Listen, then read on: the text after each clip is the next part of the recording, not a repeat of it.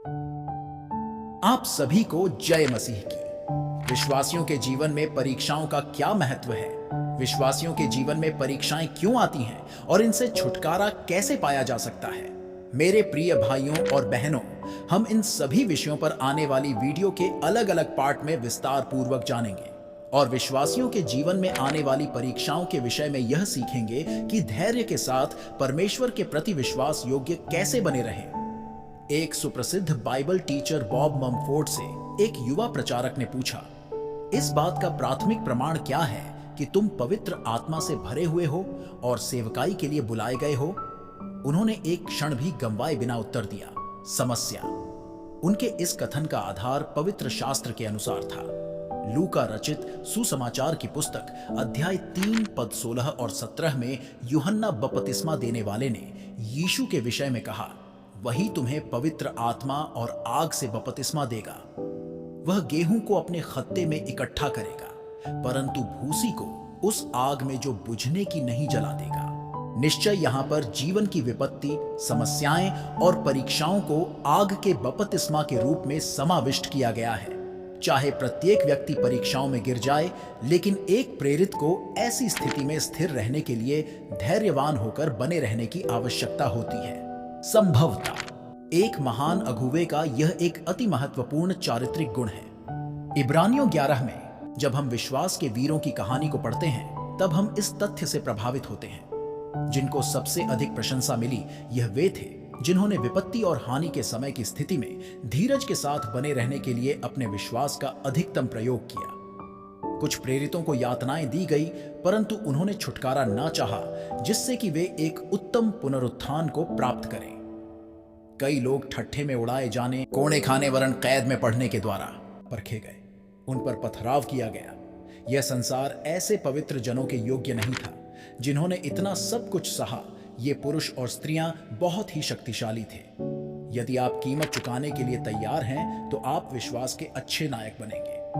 इस वीडियो में बताई गई बातें आपकी सहायता करेंगी कि आप विश्वास के नायक बने। सबसे पहले हम यह जानेंगे कि हमारे लिए परीक्षा और संकट कौन लाता है, परमेश्वर या शैतान। यह जनसाधारण का विचार है कि हम इसके लिए शैतान को दोष देते हैं, लेकिन कभी कभी शैतान इस परीक्षा या संकट का जिम्मेदार नहीं होता है।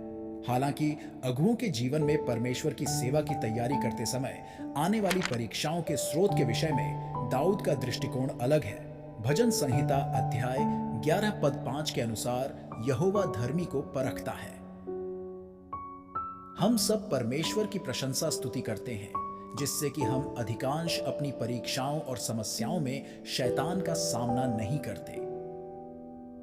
हम अपने गलत कार्यों के कारण परमेश्वर ही का सामना करते हैं। जैसा कि हम जानते हैं, अय्यूब के दुख भोग को परमेश्वर द्वारा अनुमति दी गई।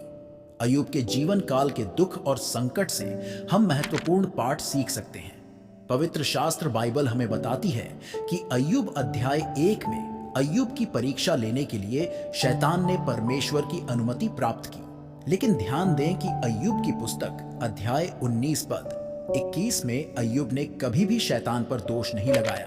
उन्होंने कहा, परमेश्वर का हाथ मुझ पर पड़ चुका है, चाहे वह मुझे घात करे, फिर भी मैं उसमें आशा रखूंगा। हालांकि अय्यूब पर शैतान ने प्रहार किया, तो भी वह परमेश्वर के साथ व्यवहार कर रहा था, ना कि शैतान के साथ। उसने अपनी किसी भी परीक्षा और संकट में शैतान को स्वीकार करने से मना कर दिया। मेरे मसीही भाइयों और बहनों, जब आप अपनी किसी भी परीक्षा में शैतान का इनकार करते हैं, तब आप परमेश्वर को स्वीकार करते हैं और उसका हाथ आप पर रहता है।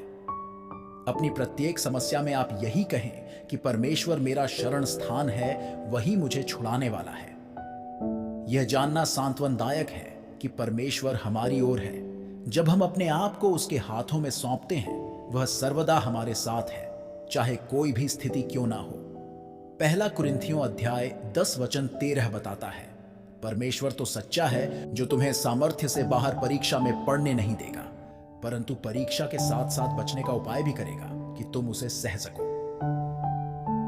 रोमियो अध्याय 8 पद 28 के अनुसार हम जानते हैं कि जो लोग परमेश्वर से प्रेम रखते हैं, उनके लिए वह सब बातों के द्वारा भलाई को उत्पन्न करता है, अर्थात उन्हीं के लिए जो उसके अभिप्राय के साथ बुलाए गए हैं। उम्मीद करता हूं कि आपने इस वीडियो से बहुत कुछ सीखा है, जिससे आप अपने जीवन में आने वाली परीक्षाओं का सामना दृढ़ता से कर सकेंगे। इन वचनों के सुने जाने के द्वारा परमेश्वर आपको आशीष दे। आमीन। तो मेरे साथ जुड़े रहने के लिए चैनल को सब्सक्राइब जरूर कर लें। धन्यवाद।